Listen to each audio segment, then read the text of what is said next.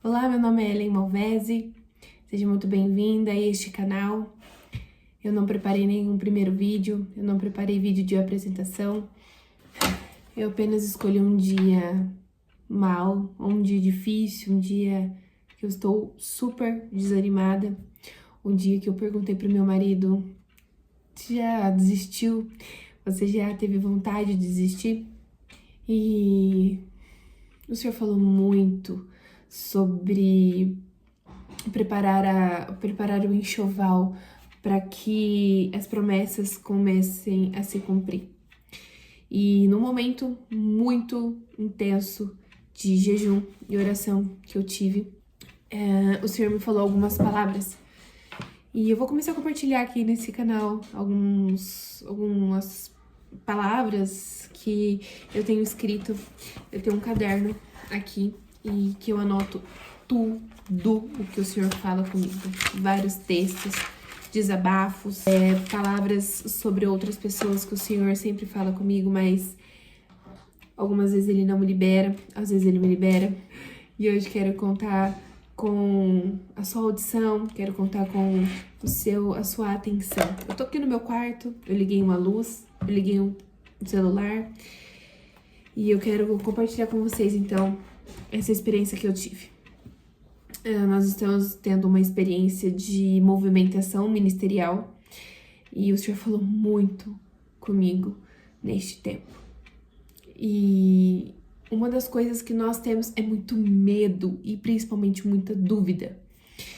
E eu entendo que eu mesma coloquei uma mordaça em mim, uma mordaça do medo e uma mordaça do orgulho.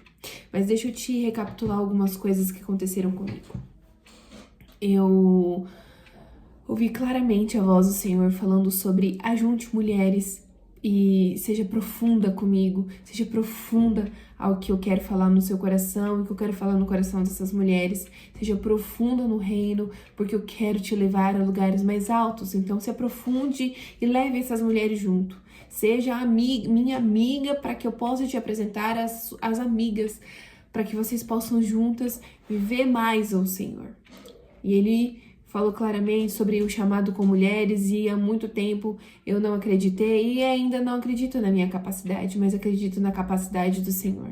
Eu mesmo não tenho muito para oferecer, mas o Senhor tem para oferecer.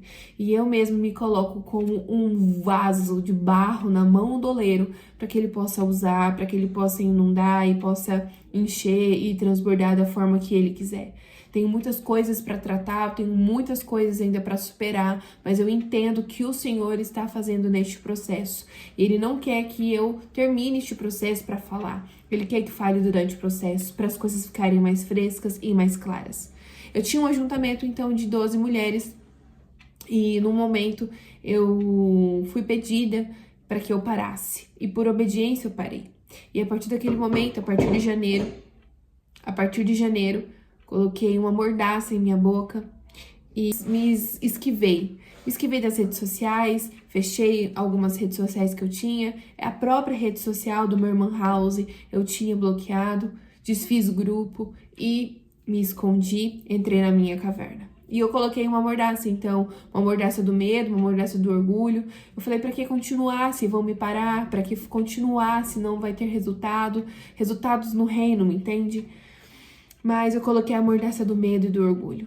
E não tem como, quando o Senhor quer te usar e você coloca à disposição, não tem como você parar.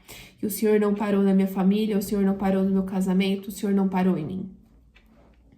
Eu coloquei uma mordaça, então, do medo de julgamento, o medo de não ser aprovada, ou aprovada pelas pessoas, o medo de fracassar novamente, de ter que parar novamente, o medo de estar errada e o medo de envergonhar o nome de Jesus. Eu acreditava que não me expor, eu não iria fracassar, eu não erraria, eu não iria ter que parar, e eu não iria magoar ninguém e não magoar o meu próprio coração. E não iria pagar todo o preço que eu teria que pagar. Mas eu estou aprendendo que o mesmo esforço que é fugir do seu chamado, você também vai fazer o mesmo esforço para ir contra ele. Então, eu te digo, minha querida, se você ainda está fugindo do seu chamado, não fuja mais. É o mesmo esforço de fugir e de encontrar. Só que quando você foge, você desobedece. E E quando você vai ao encontro, você paga o preço, mas você está em obediência. Eu demorei para entender, mas também eu estou aprendendo. E eu me lembro muito de Moisés em Êxodo, eu estou aprofundada em Êxodo 3:11, em Êxodo 4:1, Êxodo 4:3, 4:10 e 4:13, sempre dizendo que Moisés estava tentando fugir. Em Êxodo 4:16, Deus colocou Arão como porta-voz de Moisés, mas o chamado, a unção e a comunicação ainda estavam entre Moisés e o Senhor. E Moisés se esforçou tanto com desculpas, mas mesmo assim ainda estava com a sua missão. Consegui prosseguir ali, Moisés se enrolou tanto com as desculpas, mas não adiantou nada, o Senhor sempre tinha uma solução. Então, se você sempre tem uma desculpa para parar, o Senhor sempre vai te dar a solução.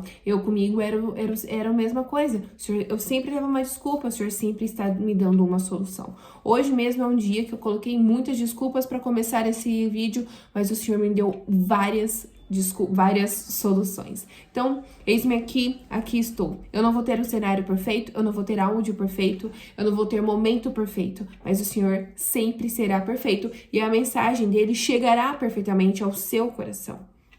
Então, nós podemos ver Moisés, que ele se esforçou muito, com muitas desculpas, mas ainda estava com a missão. Então, lendo isso, eu me sinto normal em me indagar sobre o meu próprio chamado com o Senhor, como Deus vai me usar, como Deus vai usar a minha família. E eu lembro de tudo que a gente já enfrentou, quantas provações nós já passamos, e você também já passou. Então, quantas provações nós já geramos algum testemunho? Quantas provações na nossa casa, no nosso casamento, na minha maternidade e comigo, na minha vida, eu já gerei alguns testemunhos. Eu tenho plena convicção de que eu não sou merecedora da graça, mas a graça me encontrou. Então, o seu amor me salvou. E pela sua grandiosa misericórdia o Senhor me escolheu para ser um canal e promover o encontro dos meus irmãos para o verdadeiro evangelho. Ter uma transformação e finalmente se sentar na mesa com o Pai, com um pleno arrependimento dos seus pecados e obedecendo ao Senhor com todo o seu coração e toda a sua graça. Mas com o aceite do chamado, nós temos os nossos conhecidos e amigos que não ficarão nem um pouco contentes com isso.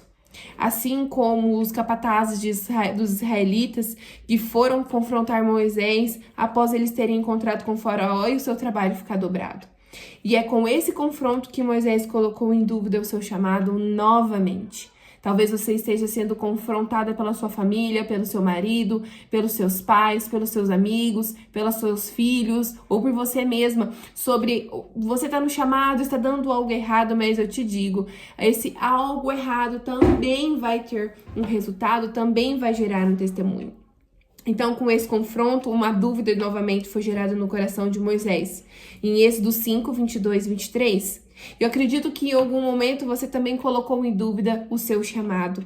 Você também colocou em dúvida o Senhor e o que o Senhor tem para você. Normal. Eu sempre também tenho. Neste momento, eu também estou. Então, nós temos uma dúvida do que nós vamos oferecer ao Senhor, porque nós não temos nada. E o que me sustenta minha família, é que Deus tem muito para oferecer para nós. Em Êxodo 6:12, você pode ler que Moisés ainda precisava se posicionar em sua identidade no chamado. Quantas de nós precisamos nos posicionar em nossa identidade no chamado? Eu necessito desse posicionamento e peço ao Espírito Santo e peço ao Senhor que me posicione a minha família, posicione meu marido e as minhas filhas nesse chamado que o Senhor tem para nós ministerial na nossa família.